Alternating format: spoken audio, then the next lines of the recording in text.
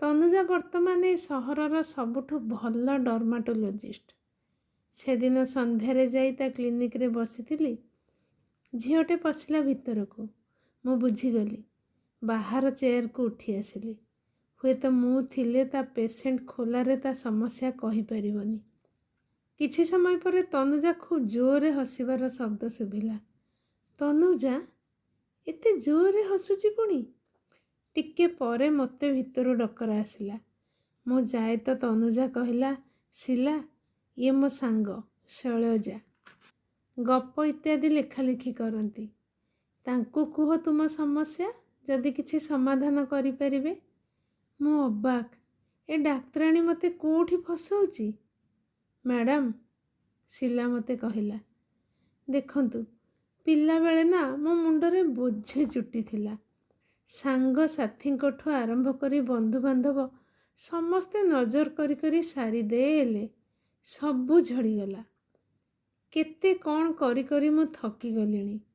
Homeopathy, କବିରାଜି, allopathic, ନ୍ୟାଚୁରୋପାଥିକ୍, ଜଡ଼ିବୁଟି, ଏମିତିକି ଗୁଣିଆ ପୂଜାପୂଜି ବି ବାକି ନାହିଁ।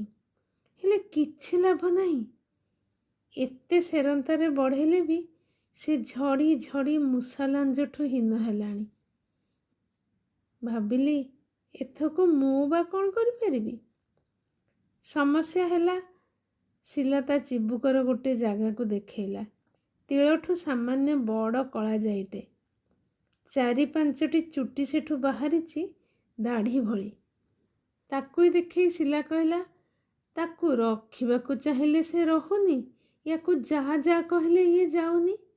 ଉପାଡ଼ି ଉପାଡ଼ି ନୟାନ୍ତ ହେଲେଣି ସିନା, 4 ଦିନରେ ସେ ପୁଣି ଉଙ୍କି ମାରୁଛି। ତା ଭିତରୁ ପୁଣି 2ଟା ପାଚିଗଲାଣି। ଭାରି ଲାଜ ଲାଗୁଛି। ତା କହିବାର ଭଙ୍ଗୀରେ ମୁଁ ବି ହସି ପକେଇଲି। ଏ କଥାର ଉତ୍ତର ବି କୋଉ ମୋତେ ଜଣାଥିଲା। ମୋର ବ୍ୟସ୍ତତା ବୁଝିପାରି ତନୁଜା କହିଲା, ଗୋଟେ କାମ କର, ସୋସିଆଲ ମିଡ଼ିଆରେ ଯେଉଁ ଗପ ସବୁ ଦେଉଛୁ ନା, ସେଇଠି ଏଇ ସମସ୍ୟା କଥା ଲେଖ। କାଳେ କାହା ପାଖରେ ସମାଧାନ ଥିବ। ମାନିଗଲି। ସତ ତ, ଆଜି ପଚାରୁଛି, ଆପଣମାନଙ୍କ ପାଖରେ କିଛି ସମାଧାନ ଅଛି କି? ଯଦି ଅଛି, କମେଣ୍ଟ କରନ୍ତୁ। ଆମେ ତାକୁ ମାନିବାକୁ ଚେଷ୍ଟା କରିବୁ।